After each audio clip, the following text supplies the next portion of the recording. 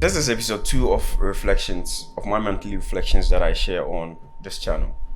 And particularly for this channel, particularly for this episode, I am super excited to share with you my reflections for the month. And this is coming from Quran chapter 76, verse 1, 2, and probably 3. I'm not sure if we would get into the 3, but particularly for 1 and 2. And there are 2 lessons that I picked from this chapter, and I've been pondering upon this chapter, but particularly for these 2 verses for the last month, which has really got me thinking almost every day, what our lives are, the meaning of life, the essence of life in itself.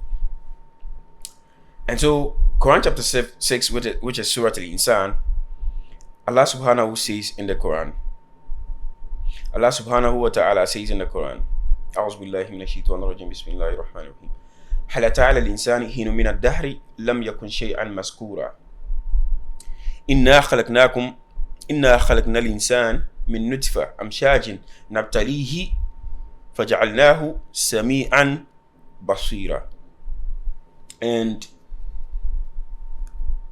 let's take the first verse for example and explain what it means. Now, Halata al-Insan, that has there not come a period, Halata al-Insan, has it not dawned on mankind, or man, that is you and me, Hinun min ad-dahri, Hinun, a period, min ad-dahri, from time. So time is dahr, and some scholars even refer to this chapter as the Surah ad-dahr. So that's the Surah, the chapter of time. So Hinun min ad-dahri. So has man not reflected that there was a period in time, lam yakun shay'an, when man was not even a thing. Shay'an means thing, when man was not even a thing. Maskura, even mentioned or worth mentioning, right? So if you look at this particular verse, it's just interesting how, if you ponder deeply what exactly it is trying to tell you and me about life or about our existence, it would make you think so deeper that you would understand that man is just nothing but a thought. The idea of man is nothing but a thought, just which within time that thought just passes by like any other thoughts that we have, right?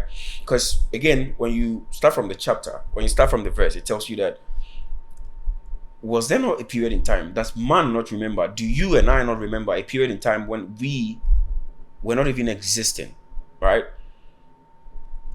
Or we were not even a thing, even mentioned or even worth mentioning, which means that it is just a period in time that we would be mentioned, and that period in time would vary based on our commitment or our pledges with Allah subhanahu wa ta'ala, right? So if you ponder deeply, and you would also realize that if you and I exist now, probably 30 years ago we didn't, 40 years ago we didn't, 50 years ago we didn't, but now we do. And 100 years from now we probably won't. 200 years from now, no one would even have an idea of who we are. People may see your pictures, or because we are in a digitalized system, people may see your pictures but have no idea who you are, right? So subhanahu wa ta'ala, if you and I have kids, and our kids have kids, and their kids have kids, I tell you, after the 4th generation, people would probably struggle to know who you are, right? They will know that, this, but they would have no idea. But even generations down the line, five generations down the line, 6 generations down the line, no one would have an idea who you are. They can even trace that family tree and all that. So we are nothing but memories. We are just memories, and we pass by just like the ocean. The waves in the ocean just come and then washes the surface of the shore, and then that is how we are. So it is just reminding us to be really, really, really humble in life, and also reflect upon who we are, our existence, the essence of why we exist, right? And if you look at the second chapter, so the first sorry, the second verse. So the first verse has clearly explained to us the from the time that we were not a thing to the time that we are now beginning to. So the first verse actually reminds us of the time that we were not even a thing worth mentioning to a time that we existed. Because if you look at the two contrasted, so halata al-insan, there Allah subhanahu wa ta'ala puts the insan there, and then he goes on to say something about shay, where you are not even a thing.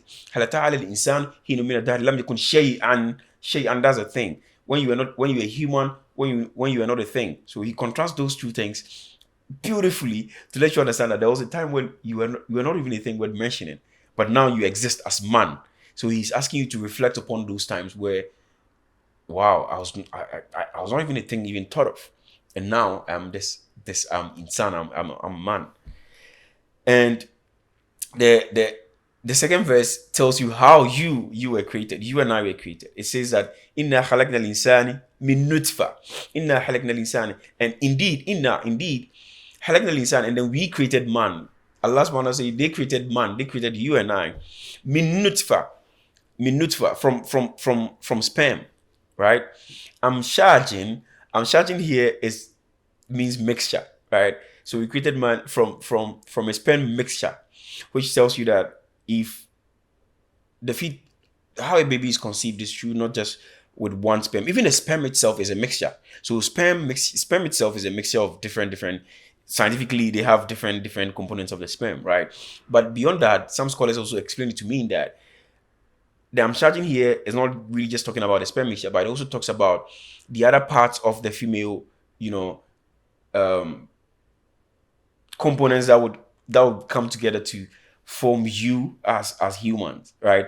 I'm charging, Naphtalihi, so that we may test him, right? So Naphtalihi, some scholars say that the Naphtalihi here is inserted. It is an entire sentence, but the Naphtalihi is inserted here before even the sentence is completed to show emphasis on why Allah subhanahu wa ta'ala created you. It says in other parts of the Quran that he created you and I just to worship him. But as part of the worship is he testing you and I so that he can find that we have been guided, from the right and the wrong, right? So Naphtali, that so that we may test him. And then he says that فَجَعَلْنَاهُ, so we made for him Sami'an, that's the hearing, of Basira, right? Sami'an wa Basira. So this verse starts from the point where how the idea of of existence, how you and I came into existence, how you and I came into being, and goes on to tell you that after that creation you were tested. And some subhanahu wa ta'ala, some scholars say that the Naphtali here also means that if, according to science, it says that there are how many millions or billions of sperm that rushes and then one gets fertilized. So that process alone is a test, right? So from that process alone is a test. But even beyond that, it goes to tell you that فَجَعَلْنَاهُ, and so we made for him Sami'an wa Basira, and it tells you that the Sami'an comes first before the Basira, which goes to buttress the scientific findings that as early as a few weeks after conceiving, the fetus in the stomach perceives sound, right? Which tells you that you are tested right from the moment where the sperm is dropped or the sperm mixture happens, right? This is really complicated, but if you really sit down to really think deeper about it, it tells you how, one, man is just nothing, right? Man is just a period in time. So you can see man is just a period in time. That is what man is. Actually, if you again think deeply about it, man is just a period in time. You are not even and you are not even a thing. You are just a period in time. Like, you are just a period in time from one point to another, and then you exist no more. And that's it. Which tells you and I to be super humble, super careful of what we do, of our actions, of our inactions. And the second part is that there's always a test, to this life. There's always a test. There would always be tests, and you'll be tested in your, says in some parts of the Quran, it talks about your children, your wealth, your family, and all that. It's so there's so much to life. And this is one thing I also picked from these two verses, sometimes, which I just think about. No matter the hardship you're going through, no matter the challenges you're going through, there was a period in time, right? There was a period in time when you didn't even exist. So there was a period in time when that challenge didn't exist, and there would be a period in time when that same challenge would flip away, would go away. So whatever tribulations you're going through, whatever challenges you're going through, whatever test that Allah Subhanahu wa Taala is putting on you, again, it is just a period in time. It is just a period in time. That, like Sharmina, that it's just a period in time, and then with time it would pass by, and you would be fine. And you would be fine. So in this reflection, I hope you were able to pick these. I think I shared about 3 lessons. The first one is that you and I should be super humble. You and I, the essence of our existence is to be tested, and so Allah has guided us. If you move down the verses, it says that Allah has and then they have guided us to get to understand how to be grateful and not to be kafura and those who are of the ungrateful, right? So but really the lessons in this chapter is one, you and I should be super humble, because we are just